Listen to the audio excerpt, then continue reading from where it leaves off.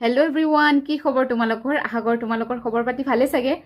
এতিয়া যিহেতু তোমালোকে মানে ক্লাছ 9 পাইছা, হয়তো কিছুমানে দশম শ্ৰেণীত উত্তীৰ্ণ হৈছা, গতিকে তোমালোকৰ কাৰণে আজিৰ এই ভিডিঅ'টো।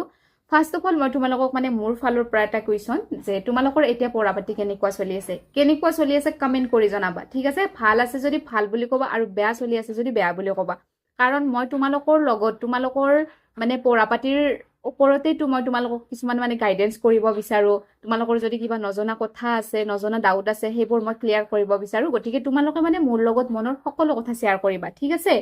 এতিয়া মানে আমাৰ মেইন টপিকটো এইটোৱে হৈছে যে আমি প্ৰশ্নবোৰ কেনেকৈ মুখস্থ ৰাখিম, কেনেকৈ মনত ৰাখিম, সেইটো হৈছে ল'ৰা ছোৱালীৰ এটা ডাঙৰ প্ৰশ্ন, ঠিক আছে? তোমালোকে যিহেতু এতিয়া কোনোবাই মেট্ৰিক দিবা, কোনোবাই হয়তো নতুনকৈ 9 পাইছা, 9 মানে মেট্ৰিক ষ্টুডেণ্ট বুলিয়ে ক'ব পাৰি, নহয় নেকি? গতিকে যে কেনেকৈ মনত ৰাখিবা, আজি সেই বিষয়ে আমি মানে দীঘলকৈ মানে এই ভিডিঅ'টোৰ জৰিয়তে এক্সপ্লেইন কৰিম। গতিকে তোমালোকৰ যদি জানিবৰ মন আছে কেনেকৈ মনত ৰাখিব লাগে এই সহজ ট্ৰিক কেইটা, তেনেহ'লে ভিডিঅ'টো শেষলৈকে চাব আৰু স্কিপ নকৰিব।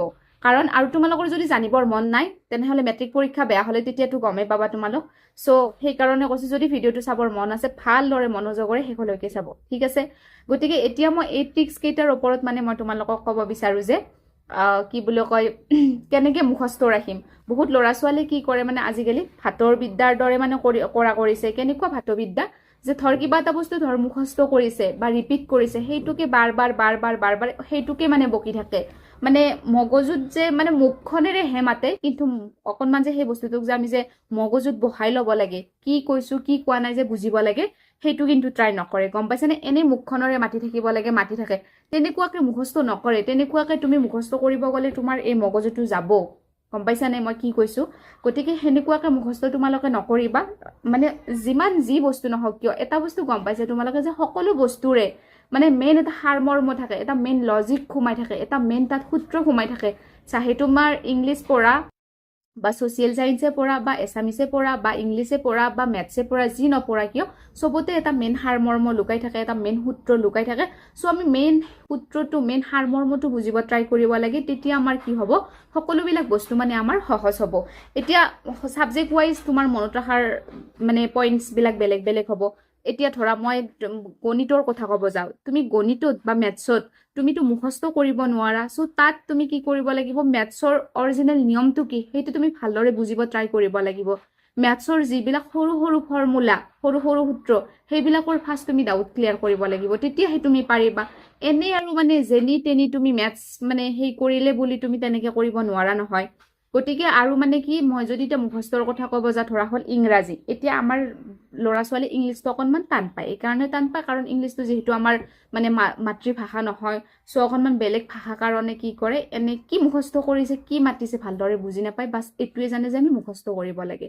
কিন্তু একচুৱেলি এইটো ভুল কথা। তোমালোকে কি কৰিবা মানে, তোমালোকে সদায় যি চেপ্টাৰ নপঢ়া কিয় তাৰ তুমি শব্দ অৰ্থ পৰীক্ষাত নাহে, কিন্তু তুমি জানিব ট্ৰাই কৰিব লাগিব। অসমীয়াত তাৰ মিনিংটো বুজিব লাগিব, যে আচলতে কৈছে কি, আচলতে বুজাব বিচাৰিছে কি, গম পাইছানে?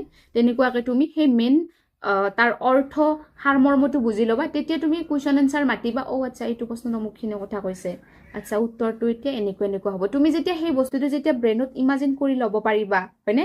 তেতিয়া তোমাৰ কি হ'ব জানানে, সেই বস্তুটো তোমাৰ ব্ৰেইনে অতি সহজে বুজি পাব আৰু মনত ৰাখিবলৈ একদমেই ইজি হ'ব। তুমি একো বুজি নোপোৱাকে মানে মিনিংলেছ যদি তুমি মুখখনেৰে মাতি থকা, তোমাৰ যদি ব্ৰেইনে ঢুকি নাপায়, তেতিয়া কিন্তু মুখস্থ নহয়, গম পাইছা? চ' মই যিটো কৈছোঁ, তোমালোকে তেনেকে বুজি মুখস্থ কৰিবলৈ ট্ৰাই কৰিবা, চাবা তৎক্ষণাত মুখস্থ হৈ যায়, গম পাইছা? সেইটোৱে। আৰু বাকী অসমীয়াৰো যদি কথা কওঁ, এতিয়া অসমীয়াৰ কথা ক'ব গ'লে কি, অসমীয়াটো আমি অসমীয়া বুজি পাওঁ, কিন্তু অসমীয়াৰ মাজতো এটা সাৰমৰ্ম লুকাই থাকে। সেই সাৰমৰ্মটো তুমি তোমাৰ ভাষাত এক্সপ্লেইন কৰিবলৈ চেষ্টা কৰিবা, যে আচল কাহিনীটো কি, আচলতে কাহিনীটোত কি কৈছে, বা কবিতাই হওক বা কিবা গল্পই হওক, গদ্যই হওক, যে তাৰ সাৰমৰ্মটো কি, মূল ভাৱটো কি, কিহৰ বিষয়ৰ ওপৰত কোৱা হৈছে, সেইখিনি তুমি নিজে নিজৰ ভাষাত বুজিবলৈ ট্ৰাই কৰিবা। তেতিয়া চাবা তোমাৰ মুখস্থ হয়নে নহয়, গম পাইছা? গতিকে সেইটোৱে। আৰু বাকী যদি মই মানে নেক্সট মানে ক'ব যাওঁ, ছ'চিয়েল চায়েন্সৰ কথা, ছ'চিয়েল চায়েন্সতো সাৰমৰ্ম লুকাই থাকে। তাৰ চনবিলাক, কিমান চনত যুদ্ধ হৈছিল, কি হৈছিল, বা ভূগোলৰ কথাবিলাকে যদিও ক'ব যাওঁ, ধৰ মানে ভূগোলত মানে আমাৰ যিটো পৰিৱেশৰ কথা চ' সেইবিলাক তুমি বুজি কেনে ক'ব লাগিব এনে আৰু মানে মিনিংলেছ তুমি যেনে তেনে মুখস্থ কৰিবলৈ নহয় চ' মুঠতে এটাই কথা তুমি যিয়ে মুখস্থ নকৰা কিয় যিয়ে নুবুজা কিয় মানে সকলোবিলাক তুমি মানে নিজৰ হিচাপত মুখস্থ কৰিব লাগিব নিজৰ হিচাপত বুজি ল'ব লাগিব তেতিয়া মানে তুমি সেই বস্তুবিলাক পাৰিবা গম পাইছা সেইটোৱে তাৰপিছত আৰু মানে এইটোৱে যে কি বুলি কয় মেথছৰ ক'লো ইংলিছৰ ক'লো আৰু তোমালোকে চাবাচোন যেতিয়া সৰুতে মানে কিবা এটা বস্তু মুখস্থ কৰা তোমালোকে ধৰ আমি সৰুতে যে মাত দিছিলো A for apple B for ball apple বুলি কোৱাৰ লগে লগে তোমাৰ মগজত কি আহিছে এটা আপেলৰ দৃশ্য আহিছে নে চ' বি ফৰ বল বুলি কওঁতে তোমাৰ মাথাত এটা কি আহিছে এটা বলৰ দৃশ্য আহিছে চি ফৰ কেট বুলি কওঁতে এটা মেকুৰীৰ দৃশ্য আহিছে গতিকে সেইবিলাক বস্তু আমাৰ কি মুখস্থ বুলি নহয় মনত আছে মই যদি সুধো তোমাক সেইখিনি বস্তু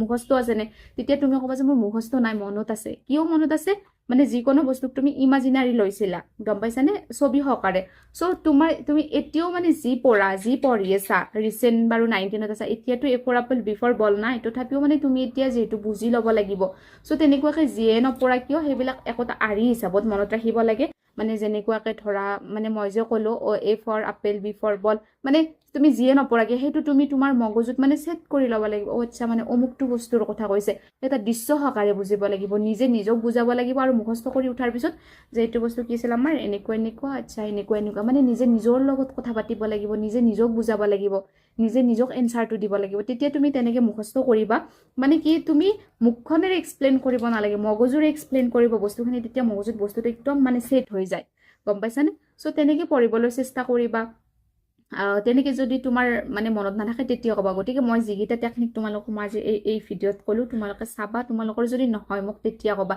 এই ট্ৰিক্স তোমালোকে ফ'ল' কৰা সদায় মুখস্থ হৈ যাব মানে একেবাৰে ইজিকে ধুনীয়াকে মনত থাকি যাব মানে এনি ছাবজেক্ট গম পাইছানে সেইটোৱে আৰু বাকী সেইটোৱে আৰু মই কওঁ গতিকে ভালদৰে পঢ়া ক্লাছ 9 পাইছে যদিও ভালদৰে পঢ়া 10 পাইছে যদিও ভালদৰে পঢ়া এক্সাম আহি আছে মেট্ৰিক ভাল হ'ব লাগিব গতিকে তোমালোকে মোৰ চেনেলৰ লগত জড়িত থাকিবা কাৰণ নজনা মই সকলোবিলাক কথা তোমালোকক মই এই ভিডিঅ'ৰ জৰিয়তে মোৰ চেনেলৰ জৰিয়তে জনাই থাকিম গম পাইছা গতিকে সেইটো আৰু গতিকে ভিডিঅ'টো বেছি দীঘল নকৰোঁ তোমালোকে যদি ভিডিঅ'টো চাই ভাল পালে আৰু যদি সহায়ক হয় বুলি ভাবিছে তেনেহ'লে মোৰ বাবে এটা লাইক কৰিব মোৰ বাবে এটা কমেণ্ট কৰিব আজিলৈকে আহিছোঁ ধন্যবাদ